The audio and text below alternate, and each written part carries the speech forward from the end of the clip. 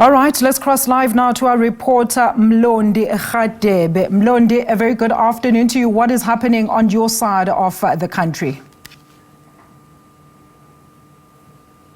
Thank you very much, Alicia. We are still here in Ballito. Remember that Ballito is one of the top suburbs in the province of KwaZulu-Natal, and in this part of the town they were building in a house when the embankment was basically collapsed this morning. But I will speak to the resident that was here during the time of the morning, who will briefly tell us about what he observed during that time. It happened around 8:30, 8:45, and then Tom Dudoit will briefly tell us about that. Tom, thank you very much for your time. Briefly about this incident, where were you when the wall collapsed, or what did you hear? All right, so basically I was inside the house. We were getting ready to go and do our weekly shopping, and I just heard screaming and shouting. So obviously I came out and I had my cell phone in the hand, and basically I said, I screamed to the guy and I said to him, what's going on? Because there was panic, it was total chaos,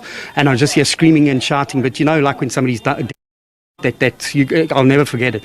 So basically what happened was he said to me, the guys are buried. The embankment's collapsed, the guys are buried. So my missus came out and I said to her, here's the cell phone, just please phone the IPSS on the app. I then put shoes on, I grabbed the spade and I jumped over the wall. So basically what had happened is, as you can see, there is a front loader now, but there was a little bobcat that was basically going around moving soil, and obviously the guys were scattered all over the place. So what happened was, I still said to the guy that was in charge, I said, where are the guys? Because they were digging against the embankment and stuff, and the embankment came down again. So he said, no, they're here. So I said, guys, don't dig against the embankment, get away there, concentrate over here. But the guys were concerned because obviously you think about it, putting a spade into soil, it's a sharp edge, they're going to hurt their friends and stuff like that. So I just said, guys, if we don't get them out now, there's 5 minutes that we've got because of oxygen, they're going to die. But subsequently, IPSS, the first responder, landed up about 5 minutes after I got there.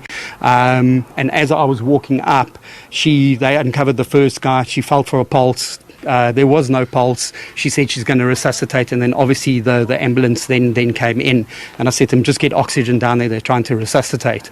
So then obviously the whole crew then came in. They started digging again, but then the embankment came down a third time. So they decided to halt totally. They've uncovered three bodies, and we've just now heard that they have found a live one. So praise God. So it's traumatic. That's all I can say. It's unnecessary. That's all I can say. It's just to think that you come to work and then within an hour, 2 hours, you're dead. You know. So yeah, that's all I can say. But thank you. Yeah. Tom, I just want to hear, when you said you heard the voices, can you describe those voices? How were they shouting? It was they were panicking. It was total sheer. I can't really scream. It was screaming, but like a panic scream. So that's what attracted me to it, because obviously on a building site the guys are shouting at each other, but today it was totally different. You could hear that scrawny screeching sound, and it's just, that's also, that will never leave, you know, what I heard today, you know. So I don't know if it was the guys when the embankment came down and were falling on them, but yeah, so I just, that's what I said, it was horrific. We see that you are the closest neighbor to Yes. the construction site. Any relationship you had with the workers in this site? Obviously, some of them, obviously, when they came past and we had some spare food for them, we used to give them some spare food and stuff, and obviously they were using the water at the top over there. So obviously when I walked up and they came over, or I'll be walking up there and they just asked me to switch on the. So yes, the guys were all polite and stuff like that. Even the foreman, he came and spoke to us once or twice. So yeah, we had a very good relationship, and even the owner as well. We used to speak to him quite often, ask him what's happening, where's it going, how much longer, and stuff like that. So yes, it was a good relationship between the neighbors and stuff like that. So we understand that as you're speaking to us, the search and rescue team is still continuing to try and search. Fortunately, the they suspect that one is still alive as they are putting their machines there. How you feel about that? I feel relieved. It's one life that can be saved. I believe the other guy was lying on top of him, the other dead body, and that created a pocket of air, which we've just heard now. So obviously they're busy trying to get him out now and stuff like that. So my missus is actually standing at the top there, and she's screaming and shouting as well. So yes, it's a bit of relief, but 4 other people have gone, to save one. But it's not great. It's not great. Thank you very much, Tom, for your time. You're welcome. Thank you. Alicia, Tom just opened his house to allow us to be here to broadcast, especially in this site. We are just told that there's one of the workers, it seems as if he's still alive, because we see search and rescue. I'll just ask Tulani just to show you, Alicia, the site.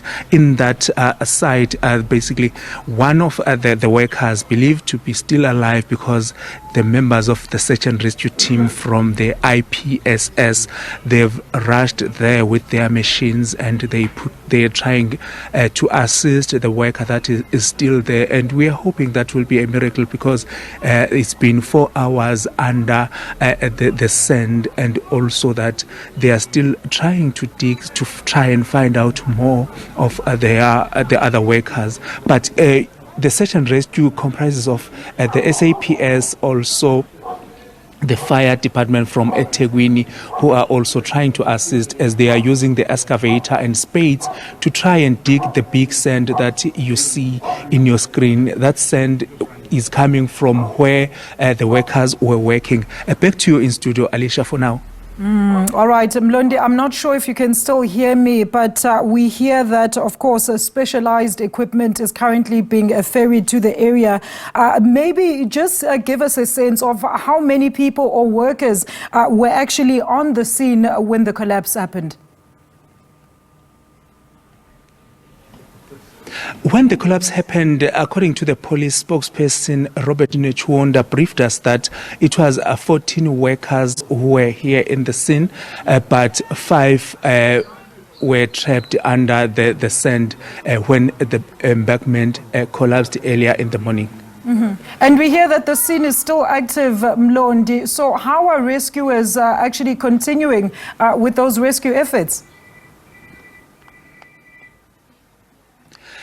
You'd remember that earlier on the search was called off because of the danger, because they feared that the embankment might continue to fall over them, as they were trying to get more assistance and more manpower to try and dig in this part of the construction site, as they called off the search for few, basically, minutes, maybe 30 minutes to an hour, and then the machines came, and then they were able to continue with the search. As you see them, they are still continuing in that part of the construction site to try and assist the one worker that has been also discovered from the mud.